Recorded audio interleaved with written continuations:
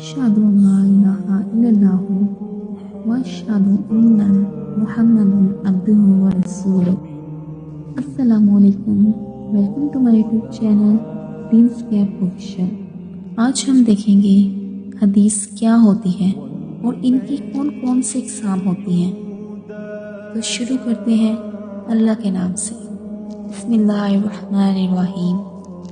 हदीस अरबी ज़ुबान का लफ्ज़ है जिसका मतलब बात, गुफ्तगू या खबर है। इस्लामी इस्तिलाह में हदीस इस इल्म को कहते हैं जिसमें नबी करीम सल्लल्लाहु अलैहि वसल्लम की अक़वाल यानी बातें, अफ़ाल यानी अमाल, तकरीरात किसी अमल को देखकर खामोशी इख्तियार करना। हदीस को सुन्नत भी कहा जाता है और ये कुरान के बाद इस्लाम का दूसरा सबसे बड़ा और अहम ज़रिया है। हदीस के ज़रिए हमें ये पता चलता है कि नबी करीम सल्लल्लाहु अलैहि वसल्लम ने ज़िंदगी कैसे गुजारी, इबादत कैसे की, मामलात कैसे तय किए और अच्छे अखलाक की क्या मिसालें कायम की। हदीस के बगैर कुरान को मुकम्मल तौर पर समझना मुमकिन नहीं। कुरान में नमाज का हुक्म दिया गया है, लेकिन नमाज पढ़ने का मुकम्मल तरीका हदीस से मिलता है। मिसाल के तौर पर कुरान में कहा गया नमाज कायम करो, लेकिन नमाज की रकात, क़याम, रुकू, सजदे का तरीका हदीस में बयान किया गया है। हदीस से हमें नबी करीम सल्लल्लाहु अलैहि वसल्लम की ज़िंदगी, इनके इखलाक, इनकी इबादत और इनके फ़ैसलों का इल्म होता है। नबी करीम सल्लल्लाहु अलैहि वसल्लम का हर अमल हमारे लिए रहनुमाई का ज़रिया है। कुरान में अल्लाह ने फरमाया, तुम्हारे लिए रसूलुल्लाह सल्लल्लाहु अलैहि वसल्लम की ज़िंदगी बेहतरीन नमूना है, जो कि सूरत अहज़ाब में फरमाया गया। अगर कोई दीन में नई बात शामिल करे तो हदीस की रोशनी में इससे परखा जाता है कि आया वो दुरुस्त है या नहीं। ज़ईफ़ और मौजू मन घड़त अहादीस को पहचानने के लिए इल्म हदीस बहुत ज़रूरी है। नबी करीम सल्लल्लाहु अलैहि वसल्लम की तरफ नस्बत के लिहाज से ये देखा जाता है कि हदीस किस से मंसूब है। सबसे पहली इकसाम मरफू हदीस, जो बराह रास्त नबी करीम सल्लल्लाहु अलैहि वसल्लम से मनकूल है। मिसाल के तौर पर नबी करीम सल्लल्लाहु अलैहि वसल्लम ने फरमाया, बेशक अमाल का दारोमदार नियतों पर है, जो कि सही बुखारी की हदीस है। दूसरी इकसाम मौकूफ़ हदीस, जो किसी सहाबी के कौल या अमल पर मुश्तमिल हो, लेकिन नबी करीम सल्लल्लाहु अलैहि वसल्लम से मंसूब ना हो। मिसाल के तौर पर अगर हज़रत उमर रज़ियल्लाहु तआला अन्हु किसी चीज़ के बारे में कोई बात करे और नबी करीम सल्लल्लाहु अलैहि वसल्लम से इसका जिक्र ना मिले तो वो मौकूफ़ हदीस होगी। मक़तू हदीस, जो ताबीन यानी सहाबा के शागिर्दों के कौल या अमल पर मुश्तमिल हो। मिसाल के तौर पर अगर इमाम हसन बसरी रहमतुल्लाह अलैह कोई बात बयान करे और वो नबी करीम सल्लल्लाहु अलैहि वसल्लम से मंसूब ना हो तो वो मक़तू हदीस होगी।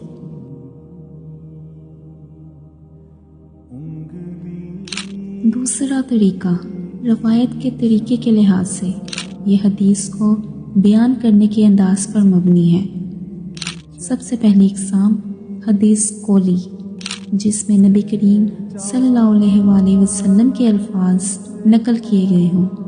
मिसाल के तौर पर नबी करीम सल्लल्लाहु अलैहि वसल्लम ने फरमाया, मुसलमान वो है जिसकी ज़ुबान और हाथ से दूसरे मुसलमान महफूज रहे, जो कि सही बुखारी की हदीस है। दूसरी इकसाम हदीस फेली, जिसमें नबी करीम सल्लल्लाहु अलैहि वसल्लम का कोई अमल बयान किया गया हो। मिसाल के तौर पर नबी करीम सल्लल्लाहु अलैहि वसल्लम ने वज़ू करते हुए 3 बार हाथ धोए। नबी करीम सल्लल्लाहु अलैहि वसल्लम ने हज अदा किया और इसका पूरा तरीका बताया। तीसरी इकसाम है हदीस तकरीरी, जिसमें नबी करीम सल्लल्लाहु अलैहि वसल्लम کسی صحابی کے عمل کو دیکھ کر خاموش رہے، یعنی نہ روکا اور نہ ہی کچھ کہا، اس کا مطلب ہوتا ہے کہ وہ عمل جائز ہے۔ مثال کے طور پر حضرت بلال رضی اللہ عنہ ہر وضو کے بعد نفل نماز پڑھتے تھے اور نبی کریم صلی اللہ علیہ وسلم نے منع نہیں کیا، اسی لیے یہ عمل جائز ہے۔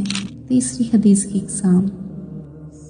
یہ دیکھا جاتا ہے کہ حدیث کتنی مستند اور قابل اعتماد ہے۔ پہلی اقسام ہے صحیح حدیث، جس کے راوی سچے، دیانتدار اور ذہین ہوں، حدیث میں کوئی کمی پیشی نہ ہو۔ مثال کے طور پر صحیح بخاری اور صحیح مسلم کی احادیث۔ دوسری اقسام حسن حدیث، جس کے راوی صحیح حدیث کے راویوں جیسے تو ہوں مگر ان کی یادداشت تھوڑی کمزور ہو۔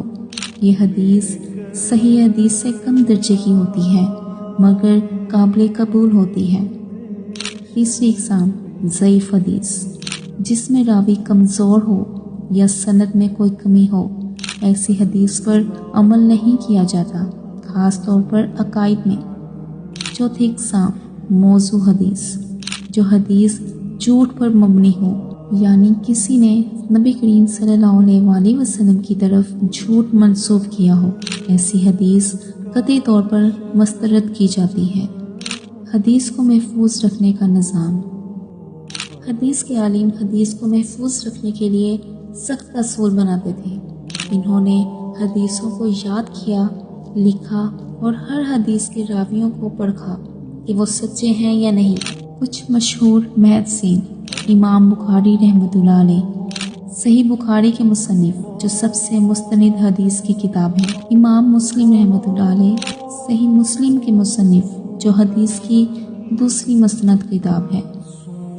امام ترمذی، امام نسائی، امام ابو داؤد، امام ابن ماجہ رحمۃ اللہ علیہ، انہوں نے بھی حدیث کی مشہور کتابیں لکھی ہیں۔ حدیث قرآن کی وضاحت اور دین اسلام کا دوسرا بڑا ذریعہ ہے۔ ہمیں صرف صحیح اور حسن حدیث پر عمل کرنا چاہیے اور ضعیف اور موضوع حدیث سے بچنا چاہیے۔ حدیث کے بغیر اسلام کو مکمل طور پر سمجھنا ممکن ہی نہیں، اسی لیے ہمیں حدیث کا علم حاصل کرنا اور اس پر عمل کرنا چاہیے۔ آج کی ویڈیو میں اتنا ہی۔ اگر آپ کو یہ ویڈیو پسند آئی تو لائک ضرور کیجیے گا اور چینل کو سبسکرائب کرنا مت بھولیے گا۔ ملاقات ہوگی نیکسٹ ویڈیو میں، تب تک کے لیے اپنا خیال رکھیے گا۔ اللہ حافظ۔